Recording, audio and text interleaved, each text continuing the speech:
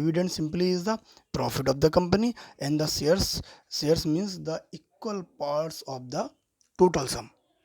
The parts in which the total sum is divided is known as the shares. Okay, and the profit of the company or the business is known as the dividend. So there are some formulas for this. First investment हम लोग पहले short में समझते हैं कि first n means है number of share. N means number of share. Okay, n means number of shares, and mb means market value. mb means market value. mb means market value. fv means face value. fb means face value. So first formula is investment. Investment is represented by I equal to n into mb. Means हम कितना invest करेंगे, ये equal to क्या हो जाएगा, हमने कितने share purchase किए और उनकी इस टाइम मार्केट में क्या वैल्यू है. तो number of share into their market value in equal to हो जाएगा इन्वेस्टमेंट. ठीक है ना. तो सेकंड टॉपिक आता है इनकम. इनकम को जनरली कहते हैं एनुअल इनकम, और यही कहलाता है डिविडेंड. तो उसके लिए हमने सिंपल फार्मूला बनाया है. बुक में ऐसा नहीं लिखा है लेकिन बना दिया हमने. सिंपल था N F R upon 100. N means number of shares, F means उनकी face value, are means rate of dividend. Simply R means R equal to rate of dividend. Rate of dividend. ठीक है, rate of dividend. R means rate of dividend upon 100 था. ये लिखा था return percentage और yield percentage. Generally this is represented by capital R. तो capital R equal to F R upon M b. Book में आप लोग को लिखा मिलेगा इनकम अपॉन इन्वेस्टमेंट इंटू 100. इसे सॉल्व करने के बाद सिंपल बन जाता है f are upon M b. बस इतना सा ही फार्मूला है, f are upon M b. इन्हें देखो जरा, हमने स्टार्ट से लिखा है इस टाइप से. आई इक्वल टू होता है n into m b. I means investment equal to number of share into their market value. D equal to होता है n F r upon 100. D means generally dividend और income और annual income. Last था return percentage. Capital r percent equal to होता है f r upon m b. F means face value, are means rate of dividend, m b means market value. इतना सा था. Okay, after this we are going to discuss some definitions like word which are new for this chapter. First is known as the face value. face value को यहाँ पर nominal value या printed value भी कहते हैं. क्या कहते हैं? Printed value. ये सब इसी चैप्टर में मिलेंगे. नेम केवल फेस वैल्यू को नॉमिनल वैल्यू भी कहते हैं, प्रिंटेड वैल्यू भी कहते हैं. इसके बाद नेक्स्ट टॉपिक आता है मार्केट वैल्यू.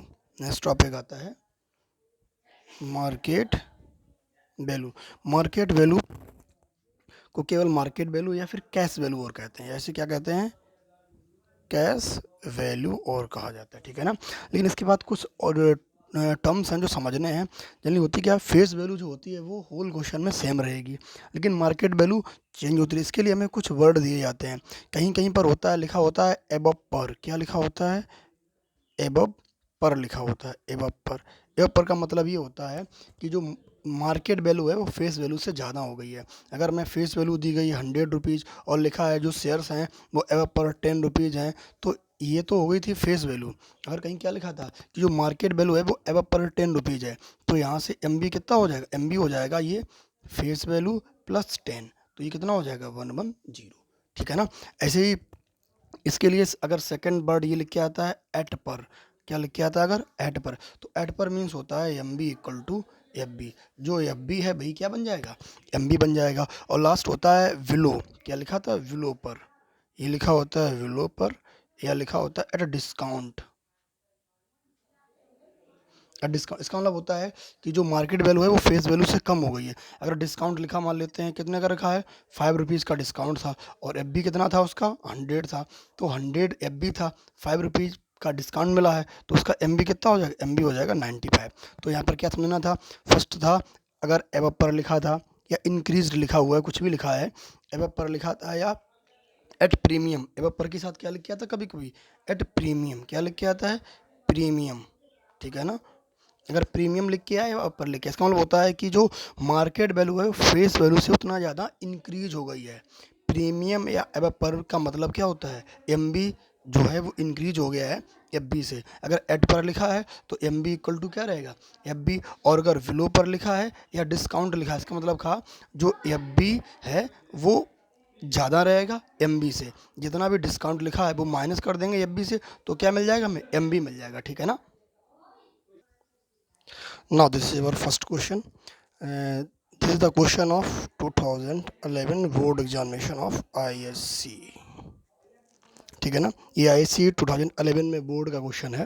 ये लिखा था mister Pareek invested ₹52,000 on ₹100 share. देखो जरा, जब भी इस टाइप से लिखा होता है ऑन इस टाइप, तो ये हमेशा क्या होता है, एफ बी। ध्यान रखना ये क्या होता है, एफ बी। और जब भी कोई एट के बाद क्या लिखा हो, अगर किसी प्राय से पहले क्या लिखा हो एट, तो वो हमेशा क्या होता है, एम बी। ऑलवेज रिमेंबर, ठीक है ना। अगर इस टाइप से लिखा है तो वो क्या होगा, एफ बी। अगर यहाँ पर एट लिखा होता तो ये क्या बन जाता, ये बन जाता एम बी, ठीक है ना। ये सबसे बड़ी बात है ध्यान रखने के लिए। तो ये हो गया एफ बी था। सेलिंग ऑफ डिस्काउंट दिया गया, डिस्काउंट अभी बताया था, अगर डिस्काउंट दिया जाएगा तो एम बी कम हो जाएगा ना। तो पहले डिस्काउंट नोट करो, डिस्काउंट कितने का था, ₹20 का डिस्काउंट है। तो यहाँ क्वेश्चन के लिए जब भी हम इसे सॉल्व करेंगे तो सबसे पहले एफ बी इक्वल टू क्या लिखेंगे, 100। Second, i investment equal to है, इन्वेस्टमेंट कितना था, 52,000 था, ठीक है। और हमें डिस्काउंट मिला, डिस्काउंट कितना मिल गया है, डिस्काउंट मिल गया था ₹20 का। तो जब डिस्काउंट मिला तो एम बी इक्वल टू क्या हो जाएगा, तो यहाँ से एम बी इक्वल टू आ जाएगा एफ बी माइनस डिस्काउंट। तो एफ बी कितना है, ₹100 का है, डिस्काउंट कितना है, ₹20 का है। तो यहाँ कर देंगे 100 माइनस 20 इक्वल टू ₹80। ये क्या आ गया, एम बी। तो देखो एम बी भी आ गया है, आई भी गिवन है, और एफ बी। इतना सारा कुछ पता चल गया यहाँ तक। और ये था पेइंग 8% डिविडेंड। तो डिविडेंड के लिए क्या कहा था, R% होता है, ये हो गया स्मॉल r, ठीक है ना। तो फर्स्ट पार्ट देख लेते हैं। यहाँ से पहले क्या पूछा गया था, फाइंड द एनुअल डिविडेंड। तो एनुअल डिविडेंड के लिए क्या आता था, डी। तो फर्स्ट पार्ट सॉल्व कर रहे, डी इक्वल टू क्या होता है, n F R upon 100। N के लिए क्या फॉर्मूला लगाएंगे, एन तो हमें क्वेश्चन में गिवन नहीं है, लेकिन आई गिवन है। तो आई इक्वल टू क्या होता है, एन इंटू एम बी। तो यहाँ से I upon M B equal to क्या आ जाएगा, एन आ जाएगा, ठीक है ना। तो यहाँ इनकी वैल्यू रख के और एन फाइंड कर लेते हैं। तो रखते रहा, आई इक्वल टू क्या रखेंगे, 52,000, एम बी रखेंगे 80। तो जब इन्हें सॉल्व करेंगे तो ये कितना आएगा, 650। वही किसकी वैल्यू हो गई, एन की, एन भी आ गया, ठीक है ना। तो क्वेश्चन में अप्लाई करते हैं। पहले एन कितना रखते हैं, 650 इंटू एफ कितना दिया गया, 100, आर कितना दिया गया था, 8, और अपान में क्या आएगा, 100। ये दोनों कैंसिल आउट हो गए। इनका मल्टीप्लाई करेंगे तो ये आंसर आएगा 5200, ठीक है ना। ये आ गया, ये तो हो गया फर्स्ट पार्ट, ठीक है। अब से इसके बाद क्या लिखा था, at the end of 1 year, जैसे ही 1 ईयर हो गई, he sells the shares at a premium of 20। After 1 year उसने अपने शेयर्स को प्रीमियम ₹20 के प्रीमियम पर सेल कर दिया। प्रीमियम का मतलब होता है एम बी जो है वो इतना ज़्यादा हो जाएगा एफ बी से। तो फॉर द सेकेंड पार्ट, ठीक है, एम बी इक्वल टू क्या हो जाएगा, ए प्लस पी प्रीमियम। तो देखो चाहे एफ माइनस डी हो या एफ प्लस पी हो, एम बी तभी मिलेगा। डिस्काउंट है तो एफ बी से माइनस कर दो, अगर प्रीमियम है तो एफ बी में ऐड कर दो, मिले क्या, हमेशा एम बी मिल जाएगा, ठीक है ना। तो वो था 100, प्रीमियम हुआ है यहाँ पर 20 का।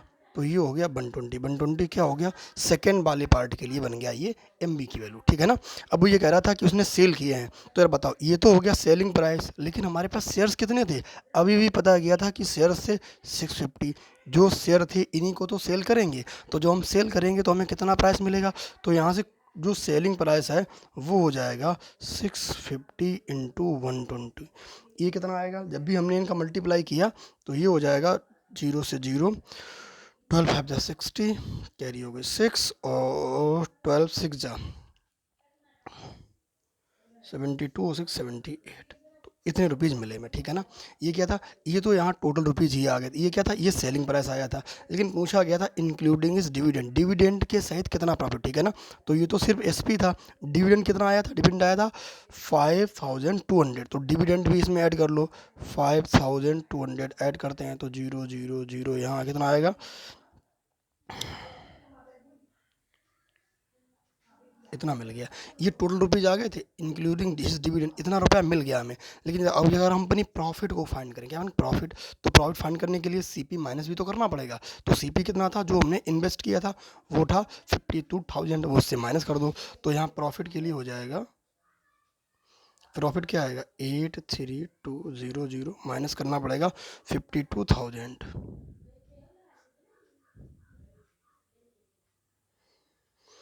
यहाँ बच जाएगा 3, तो 31,200 ये हो गया इस क्वेश्चन के लास्ट पार्ट का आंसर, ठीक है ना। तो ये क्या था, ये हो गया था प्रॉफिट इंक्लूडिंग हिज डिविडेंड, ठीक है ना। आई होप ये क्वेश्चन समझ में आया होगा।